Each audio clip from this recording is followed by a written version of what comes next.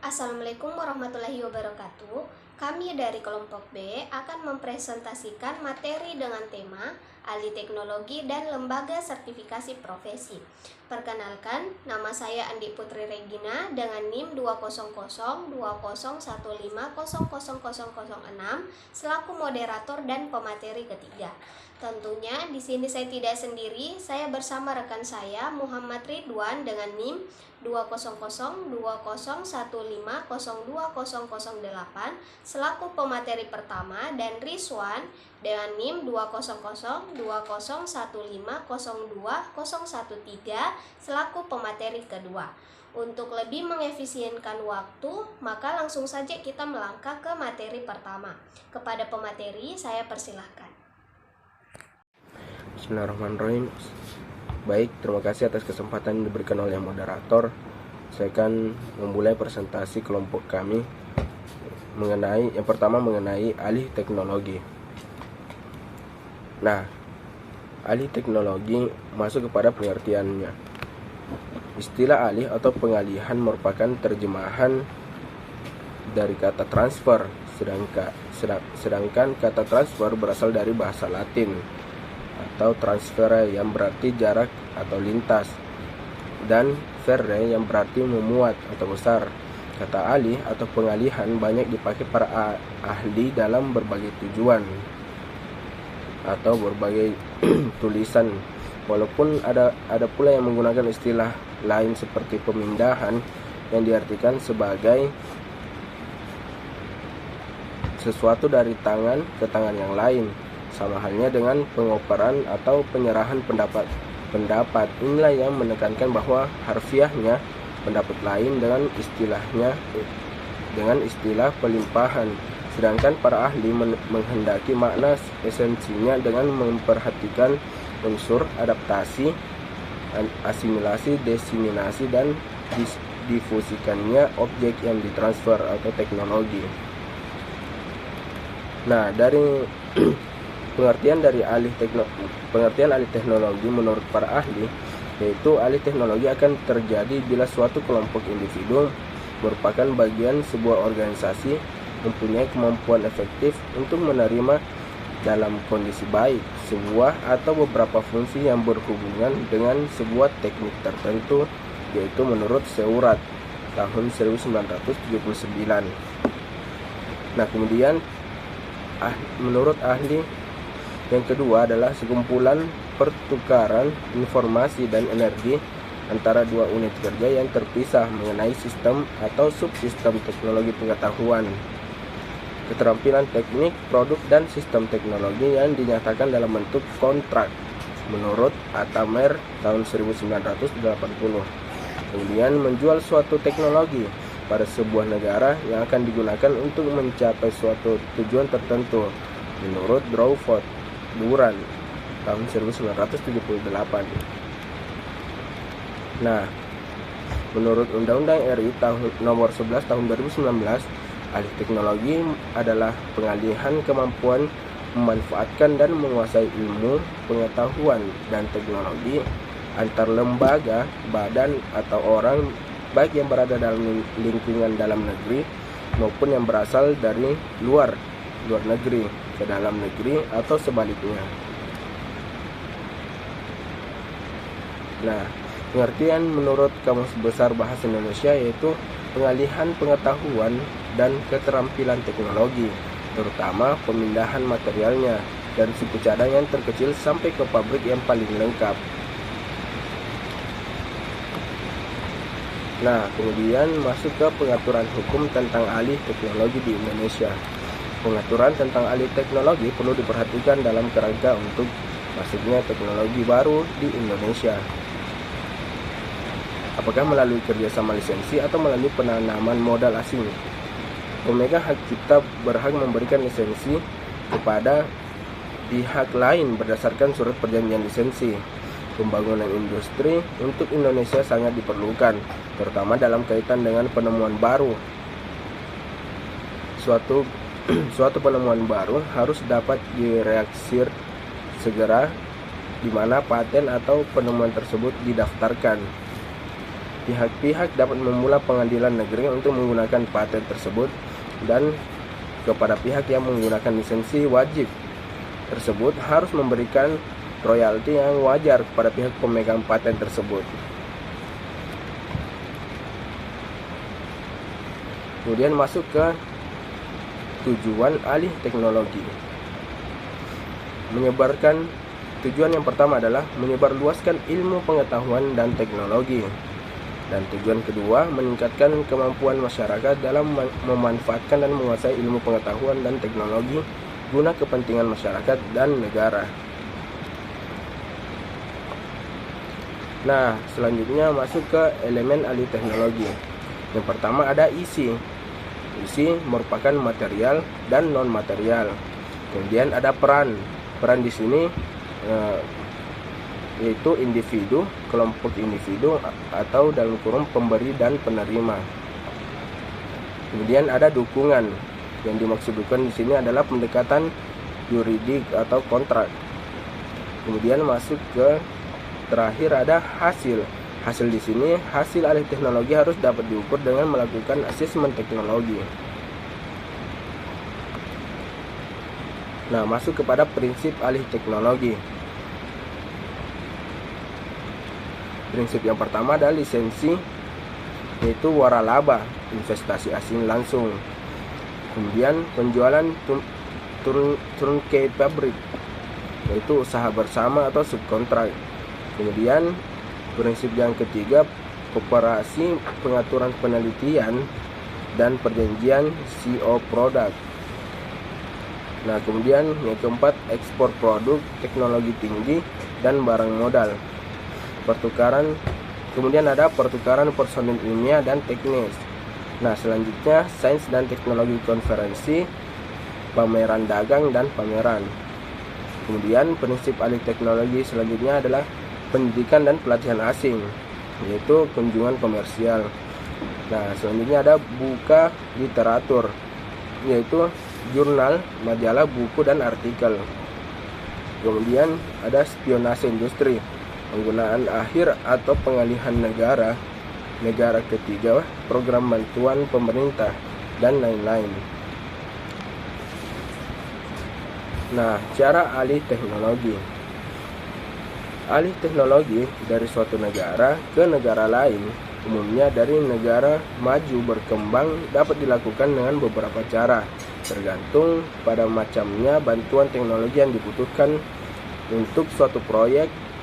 Teknologi dapat dipindahkan melalui cara sebagai berikut. Yang pertama, memperkerjakan tenaga-tenaga ahli berorangan. Dengan cara ini, negara berkembang bisa dengan mudah mendapatkan teknologi yang berupa teknik dan proses manufacturing yang tidak dipatenkan. Cara ini hanya cocok untuk industri kecil dan menengah. Kemudian cara yang kedua adalah menyelenggarakan suplai dari mesin-mesin dan alat equipment lainnya. Suplai ini dapat dilakukan dengan kontrak tersendiri. Nah, cara yang ketiga, perjanjian lisensi dalam teknologi si pemilik teknologi. Dapat memudahkan teknologi dengan membebankan hak kepada setiap orang atau badan untuk melaksanakan teknologi dengan suatu lisensi. Nah, cara yang keempat adalah ekspertisi dan bantuan. Ekspertisi dan bantuan teknologi. Keahlian dan bantuan dapat berupa studi pre-investasi, kemudian spesifikasi mesin-mesin, kemudian basic pre-engineering, kemudian pemasangan dan menjalankan mesin-mesin. Nah, terakhir ada manajemen. Nah, sekian dari pemaparan saya kembalikan ke moderator. Selanjutnya, perjanjian lisensi dalam alih teknologi. Pada umumnya, bagi negara-negara yang telah memiliki perundangan yang mengatur tentang perjanjian lisensi, yaitu lisensi wajib, lisensi karena permufakatan, dan lisensi karena berlakunya hukum. Lisensi wajib adalah lisensi yang didasarkan pada pengaturan pejabat pemerintah. Bentuk lisensi ini jarang dipergunakan. Lisensi karena berlakunya semua hukum ialah lisensi yang diambil dari peraturan hukum yang berlaku Undang-Undang Nomor 13 Tahun 1997 tentang perubahan atas Undang-Undang Nomor 6 Tahun 1989 memuat aturan tentang lisensi sebagai berikut. Pasal 82 Undang-Undang Paten tersebut berbunyi, yang pertama, setiap orang setelah lewat jangka waktu 36 belum terhitung sah tinggal pemberian paten dapat mengajukan lisensi wajib kepada pengadilan negeri untuk melaksanakan paten yang bersangkutan. Yang kedua, permintaan lisensi wajib sebagaimana dimaksud dalam ayat 1 hanya dapat dilakukan dengan alasan bahwa paten yang bersangkutan tidak dilaksanakan di Indonesia oleh pemegang paten. Padahal kesempatan untuk melaksanakan secara komersial sepatutnya ditumpuk. Yang ketiga, permintaan lisensi wajib dapat juga diajukan setiap saat setelah paten diberikan atas dasar alasan bahwa paten telah dilaksanakan oleh pemegang paten atau pemegang lisensinya dalam bentuk dan dengan cara yang merugikan kepentingan masyarakat. Keempat, dengan memperhatikan kemampuan dan perkembangan keadaan, pemerintah awal pelaksanaan undang-undang ini pada pengadilan tertentu. Berdasarkan ketentuan di atas, seseorang atau badan hukum dapat menggunakan teknologi orang lain untuk diproduksi, asalkan teknologi itu sudah melewati jangka waktu tertentu dan belum dilaksanakan di Indonesia di mana paten tersebut didaftarkan. Lisensi wajib ini diberikan tidak lain karena keperluan pasar dan penerima lisensi wajib untuk membayar royalti kepada pemegang paten dengan harga yang mereka sepakati bersama. Kemudian kesimpulannya, alih teknologi adalah suatu proses pengalihan atau pertukaran bentuk perkembangan teknologi dengan syarat dan ketentuan yang disepakati oleh pemberi dan penerima untuk memajukan suatu bidang kerja tertentu. Kedua, pengaturan tentang alih teknologi diatur secara tegas agar orang atau badan hukum tidak dengan mudah mengalihkan teknologi asing. Perlindungan teknologi asing sangat diperlukan dalam rangka penanaman modal asing. Lisensi suatu alternatif untuk melakukan alih teknologi dalam rangka mengejar ketinggalan teknologi.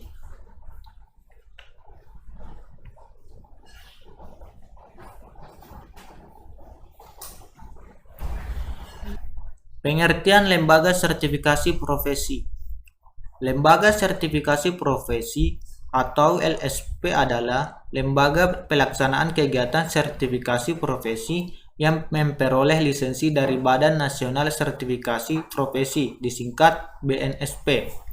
Lisensi diberikan melalui proses akreditasi oleh BNSP yang menyatakan bahwa LSP bersangkutan telah memenuhi syarat untuk melakukan kegiatan sertifikasi profesi.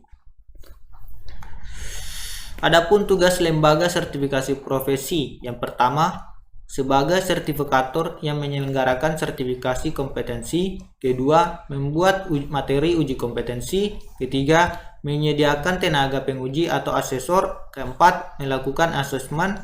5. Menyusun kualifikasi dengan mengacu kepada KKNI. Keenam, menjaga kinerja asesor dan TUK.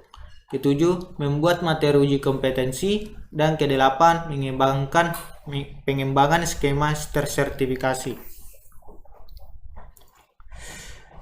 Selanjutnya, wewenang sertifikasi profesi. Yang pertama, menetapkan biaya kompetensi. Kedua, menerbitkan sertifikasi kompetensi. Ketiga, mencabut atau membatalkan sertifikasi kompetensi. 4. Menetapkan dan memverifikasi TUK. 5. Memberikan sanksi kepada asesor maupun TUK bila mereka melanggar aturan. Keenam, mengusulkan standar kompetensi baru. Selanjutnya adalah jenis-jenis sertifikasi profesi. Ada 3 jenis LSP yang beroperasi di bawah pengawasan BNSP, yaitu yang pertama, LSP pihak 1 dibentuk oleh sebuah industri atau organisasi atau lembaga pendidikan untuk mensertifikasi kompetensi karyawan atau siswanya sendiri. Kedua, LSP pihak 2 dibentuk oleh industri atau organisasi untuk mensertifikasi mitra atau pemasoknya. 3. LSP pihak ketiga dibentuk oleh asosiasi industri, asosiasi profesi secara kolektif untuk mengakses dan mensertifikasi kompetensi pekerja profesional di sektor industri masing-masing.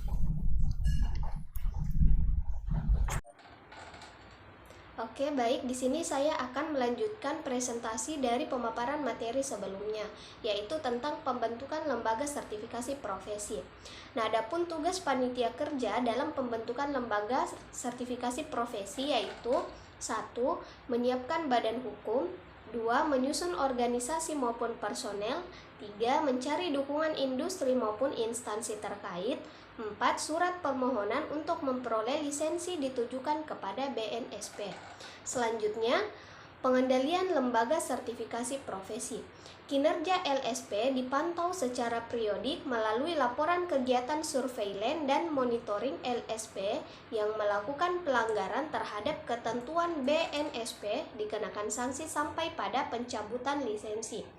Kinerja pemegang sertifikat dipantau melalui laporan pengguna jasa atau industri. Nah, selanjutnya tips memilih lembaga sertifikasi profesi. Apa yang perlu dipertimbangkan dalam memilih tipe lembaga sertifikasi profesi antara LSP P1 dengan LSP P3 dan uji sertifikasi yang ditawarkan? Berikut beberapa pertanyaan yang bisa digunakan untuk memilih lembaga sertifikasi profesi yang tepat. 1. Standar apa yang dipakai? Nah, apakah relevan dengan kebutuhan organisasi dan atau kebutuhan individu pengambil ujian sertifikasi baik untuk kebutuhan mereka saat ini maupun kebutuhan mereka di masa mendatang? B. Apakah dasar tujuan memiliki cakupan bersifat nasional saja atau lebih luas di tingkat regional dan internasional? C. Sejauh apa standar ini diakui dan diterima oleh komunitas MR dan industri yang terkait sebagai pengguna dan sejauh mana keberlanjutan standar tersebut? Nah, 2. Standar kompetensi kerja apa yang digunakan?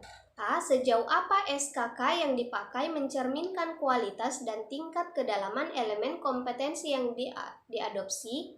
B. Hal ini sangat fundamental karena kualitas elemen kompetensi akan sangat berpengaruh pada kualitas skema kompetensi yang ditawarkan oleh LSP. C. Sejauh apa elemen kompetensi dalam SKK sejalan dan seiring dengan standar yang dijadikan rujukan? D. Sejauh apa SKK yang dipakai direkognisi oleh asosiasi profesi bidang yang relevan? 3. Skema kompetensi yang ditawarkan. A. Skema kompetensi apa saja yang ditawarkan dan sejauh apa skema yang tersedia tersebut sesuai dengan kebutuhan organisasi dan atau individu pengambil ujian sertifikasi. B. Apakah setiap skema yang ditawarkan telah divalidasi oleh BNSP dan APSA menjadi cakupan lisensi yang telah dimiliki oleh LSP tersebut atau masih dalam proses validasi BNSP? C. Apakah kaitan antar satu skema ke skema lainnya jelas dan sejalan dengan kebutuhan jenjang pengembangan kompetensi SDI, organisasi dan atau individu?